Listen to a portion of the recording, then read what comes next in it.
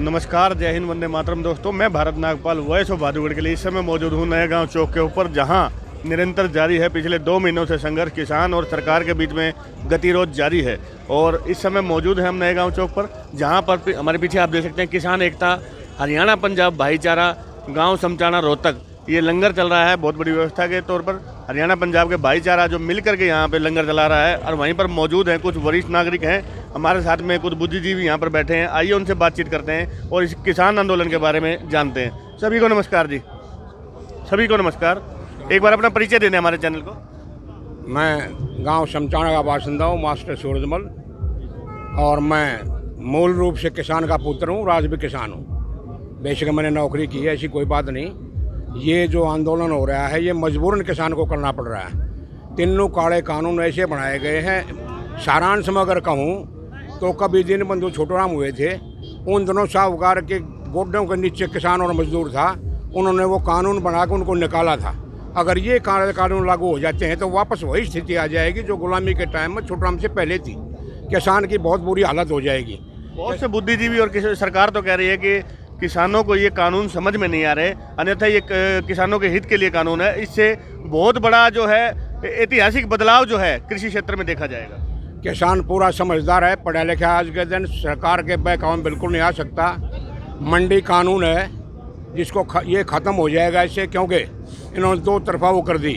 मंडी से बाहर बगैर फीस के मंडी चलेगी, छोटा किसान लालच में वहाँ जाएगा, किसान छोटा ही है, और ये मंडी बंद हो जाएगी। FCI पर बहुत ज़्यादा कर्जा कर दिया है, FCI डिपार्टमेंट बंद होने को जाएगा, PDF वगैरह सब कुछ बंद होगा, राशनिंग व्यवस्था ही बंद होनी है। 10 साल लगेंगे। 10 साल के बाद हिंदुस्तान की जनता छूट के 20-30% आदमी को खाली रोटी और नमक की मोहताज हो जाएगी। रोटी से आगे उसकी कोई सोच नहीं पाएगी। हमारी जनरेशन आगे नहीं बढ़ेगी, क्रश हो जाएंगे हमारे किसी के पैरों के नीचे। इतनी कमी अगर इन कृषि कानूनों के अंदर है तो सरकार के ऊपर कौन सा ऐसा दबाव काम कर रहा है जो सरकार आपकी मांगों को मानने के लिए तैयार नहीं है? सरकार के ऊपर केवल सरमाएदार का, कारपोरेट का दबाव कायम है, और वो चंद घरानों के दबाव में आके कानून बना रही है। कानून आज अचानक नहीं बने, 15 से तैयारी है। 15 से FCI को डाउन करते जा रहे थे। 91,000 करोड़ कर्जा था, 65 में FCI डिपार्टमेंट खड़ा हुआ था 15 तक, और आज 3,62,000 करोड़ कर्जा कर दिया इन्होंने। और जहाँ तक MSP का सवाल है, हमारे बड़े भाई को समझते नहीं। ये कहते हैं MSP ख़त्म नहीं होगी। MSP आज भी कुछ जिन्स पर 50% इन्होंने कर दी है। जैसे बाजरा लेते हैं 1 एकड़ में 40 मन उत्पादन, और लेते हैं 8 कुंटल 20 मन। MSP पे तो सरकार लिख के देने को तैयार है, नहीं देगी। 50% बाकी नहीं। आज के दिन मैं बता रहा हूँ आपको, ये बिल्कुल बहकावा है। MSP को बिल्कुल कानूनी जामा नहीं पहनाएगी, और पहना भी देगी तो हमारी डिमांड ये 3 कानून काढ़े पहले वापस, MSP उसके बाद वैधानिक दर्जा उसको दिया जाए। तो जब भी आंदोलन का नाम आता है, हम तो पहले दिन से कवर कर रहे हैं। अपने भादुगढ़ शहर के अंदर जब ये किसान मुट्ठी भर आए थे तो ऐसे लग रहा था कि पंजाब के किसान है मुट्ठी भर। कोई भी ऐसी चर्चा देश भर पे नहीं थी, जो देशव्यापी नहीं थी। आज तो कम से कम 2 महीने होने को आए, वो मुट्ठी भर पंजाब के किसान, हरियाणा का भाईचारा भी एकजुट हुआ, और आज राजस्थान, कर्नाटक और महाराष्ट्र, जो तरह तरह के राजस्थान से भी इतनी बड़ी संख्या में किसान इस आंदोलन में भाग ले रहे हैं। पूरे विश्व स्तर पर इसकी चर्चा है। तो अब जो आने वाली 26 तारीख है, सरकार दबाव में आई है। आप क्या ऐसा मानते हैं कि जो आपको परमिशन मिली है दिल्ली में जाने की, कहीं ना कहीं सरकार दबाव में है, परंतु कृषि कानूनों को रद्द करने को लेकर के सरकार असमंजस की स्थिति में है, तो उस में क्या लगता है कि आपको आंदोलन और लंबा चलेगा? अभी सरकार दबाव में है, मैं इस बात से सहमत हूँ, लेकिन ये सरकार इतनी हठी है, ये निरंकुश शासक है। मैं आपको एक पुराना उदाहरण बताता हूँ। हमारे प्रथम प्रधानमंत्री पंडित जवाहरलाल नेहरू थे। उन्होंने एक बार सहकारिता खेती करने की सोची थी, एक सम्मेलन किया, और उसमें यूपी के कृषि मंत्री, छोटी सी स्टेट के कृषि मंत्री, बड़ी स्टेट के चौधरी चरण सिंह, छोटे से आदमी थे, उसी मंच पर गए।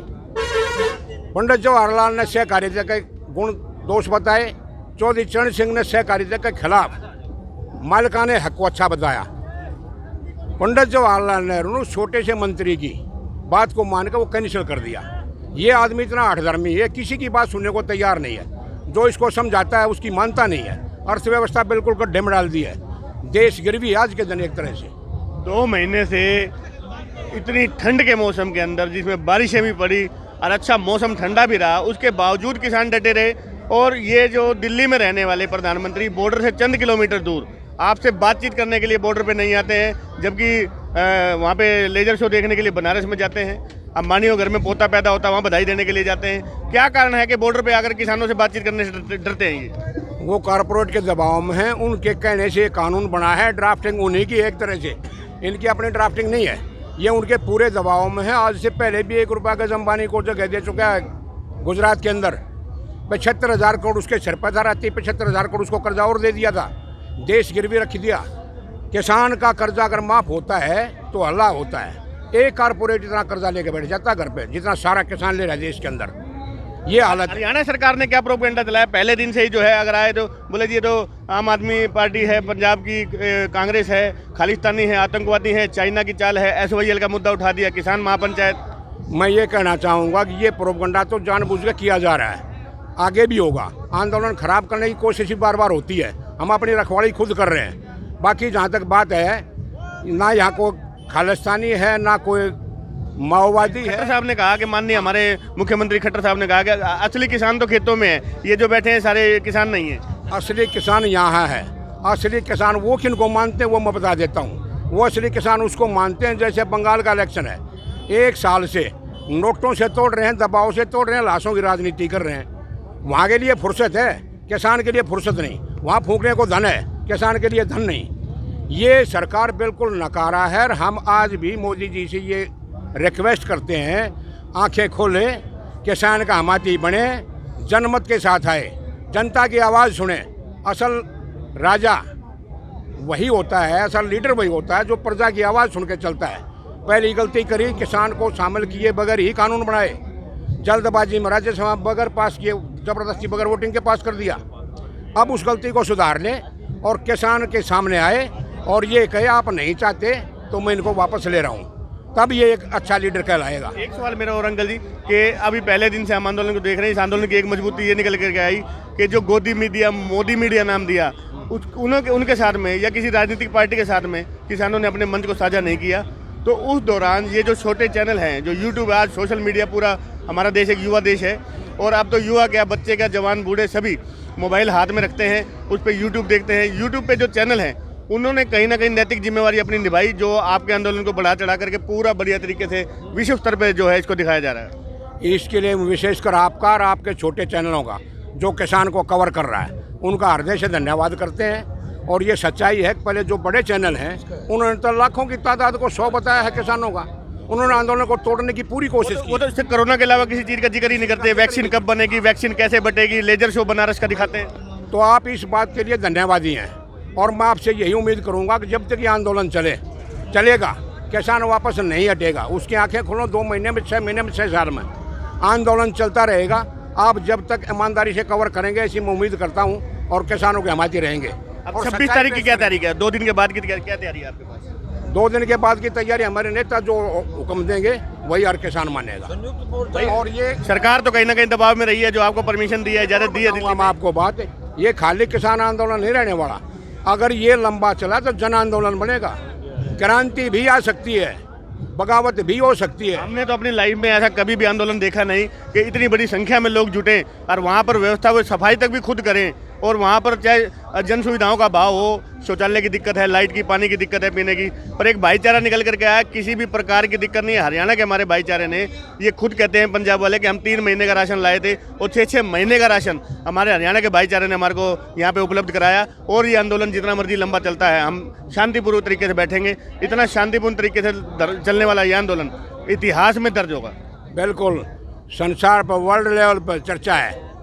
कति हिंसक चलेगा, गांधीवादी आंदोलन होगा, लंबा चलेगा। और जहाँ तक भाईचारे की सवाल है, पंजाब और हम तो थे भाई, बाद में अलग हुए हैं। पूरा हिंदुस्तान का किसान और गरीब किसान ही होता है, किसान मजदूर, वो सब का ही हमारा भाईचारा है। जब समय आएगा हम एक जरूर होंगे। और ये मैं इनका धन्यवाद करूँगा सभी किसानों का कि 73 साल की आज़ादी के बाद पहली बार इतना एकजुट हुए हैं। संगठन में शक्ति है और कोई भी सरकार झुकने को मजबूर होगी, रुक नहीं सकती। हमारे मंच के माध्यम से क्या अपील करना चाहेंगे सरकार से? मैं सरकार से यही अपील करूंगा, नंबर निवेदन है कि सरकार इन आंखें खोले। किसान को यहाँ जो जितने दुख में वो पड़ा है, बारिश में, सर्दी में, गर्मी में, वो अपने हक के लिए लड़ाई लड़ रहा है। बेवकूफ़ नहीं है, इतना लंबा सर्दी में कितनी मौतें हो चुकी हैं, वो यहाँ वैसे नहीं पड़ा है। ये कानून काढ़े ही हैं और किसान जब नहीं चाहता तो उनको वापस लिया जाए। मैं थाली खीर की रख दूँ आपके सामने, आप नहीं खाना चाहते, मैंने वो वापस लेनी चाहिए।